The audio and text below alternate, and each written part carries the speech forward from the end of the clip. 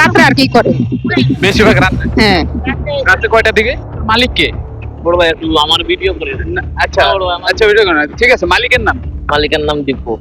দীপু। দীপু মিয়া। দর্শক, আপনারা দেখছেন এই মুহূর্তে আমাদের সামনে হাজির কোরআনের পাখিরা। শোনা, তোমাদের কি সমস্যা হচ্ছে এই যে কালি ধুলার কারণে?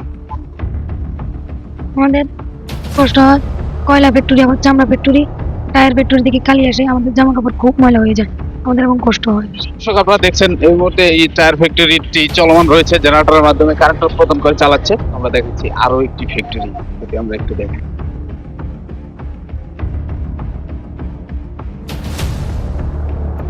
কি অবস্থা ভাই, ভালো আছেন?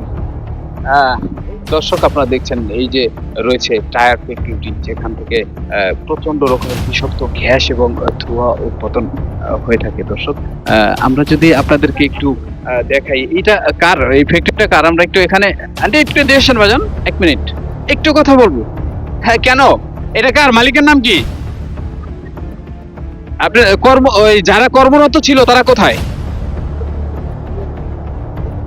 এই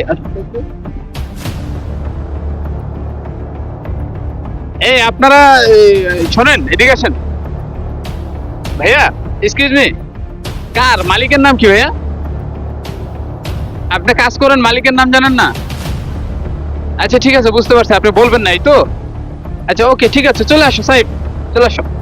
দর্শক, আপনারা দেখছেন যে এই যে প্রাকৃতিক রয়েছে, এর আশপাশে যে এই যে পানি রয়েছে, জলাশয় রয়েছে, আপনারা দেখছেন সম্পূর্ণ বিষাক্ত হয়ে গেছে। যে এই জলাশয়টি এই বিষাক্ত ধোঁয়ায় এবং বিষাক্ত তেলের কারণে। আমরা এখন একটু এই ফ্যাক্টরির ভিতর প্রবেশ করে ভিতরের দৃশ্যটা আপনাদেরকে দেখ। দর্শক, আপনারা দেখছেন এখানে রয়েছে আরো একটি ফ্যাক্টরি, যদি আমরা একটু এটার ভিতরে প্রবেশ করার চেষ্টা করি। এই ভাই, হ্যালো, একটু এদিকে আসেন তো। ভিতর থেকে উঠে আপনারা দেখছেন দর্শক, যে ভিতরে কর্মরত অবস্থায় যারা রয়েছেন তারা এখনো কাজ করে যাচ্ছেন। আমরা ভিতর থেকে কাউকে কথা বলার জন্য ডেকেছি, যদি কেউ আসে। তো আপনার গেটের উপর থেকে আমরা আসলে ভিডিও ফুটেজগুলো নিতে পারছি বা নেওয়া যাচ্ছে, তাই জন্য আপনাদেরকে দেখাচ্ছি সরাসরি যে এখানে চলছে সেই অবৈধ কালি, যে টায়ার পুড়িয়ে যেই তেল উৎপাদন, অবৈধভাবে তেল উৎপাদন করা হচ্ছে, আমরা দেখছি সেই ফ্যাক্টরিগুলো আপনাদের সামনে তুলে। এরপরে আমরা দেখাবো যে জনগণ যারা রয়েছে, এলাকাবাসী যারা রয়েছেন, ছোট বাচ্চারা, তারা এখানে পড়াশোনা করছে। এই যে বিষাক্ত ধোঁয়া বের হচ্ছে এই টায়ার পোড়ানোর ফলে, তার জন্য তাদের কি সমস্যা হচ্ছে, আমরা একটু সেটা যদি একটু জানার চেষ্টা করি। দর্শক, আপনারা দেখছেন এই মুহূর্তে আমাদের সামনে হাজির কোরআনের পাখিরা। শোনা, তোমাদের কি সমস্যা হচ্ছে এই যে কালি ধুলার কারণে?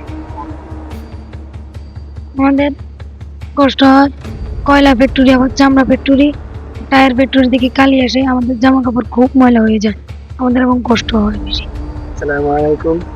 আমাদের এখানে যে ফ্যাক্টরিগুলো আছে, কয়লা এবং টায়ার, এগুলো ফ্যাক্টরি থেকে আমাদের মাদ্রাসা ময়লা হয়, আমাদের সাদা কাপড় চোপড় সব কালো হয়ে যায়, টুপি সব কিছু ময়লা হয়ে যায়, মানে অনেক কষ্ট হয়। দর্শক, আপনারা দেখছেন মাদ্রাসার ভিতরে রয়েছে আরো অসংখ্য। দর্শক, আপনারা এতক্ষণ দেখলেন যে টায়ার ফ্যাক্টরি, আমরা দেখাইছি 4টি টায়ার ফ্যাক্টরি। সেই টায়ার ফ্যাক্টরির পাশে যে জনবসতি রয়েছে, আমরা সেই জনবসতি যারা বসবাস করেন তাদের সাথে। এই এলাকাটার নাম কি? ঠাকুরতা। গ্রামের নাম? ঠাকুরতাই। তো আপনাদের কি কি সমস্যা হয় যদি একটু বলতেন।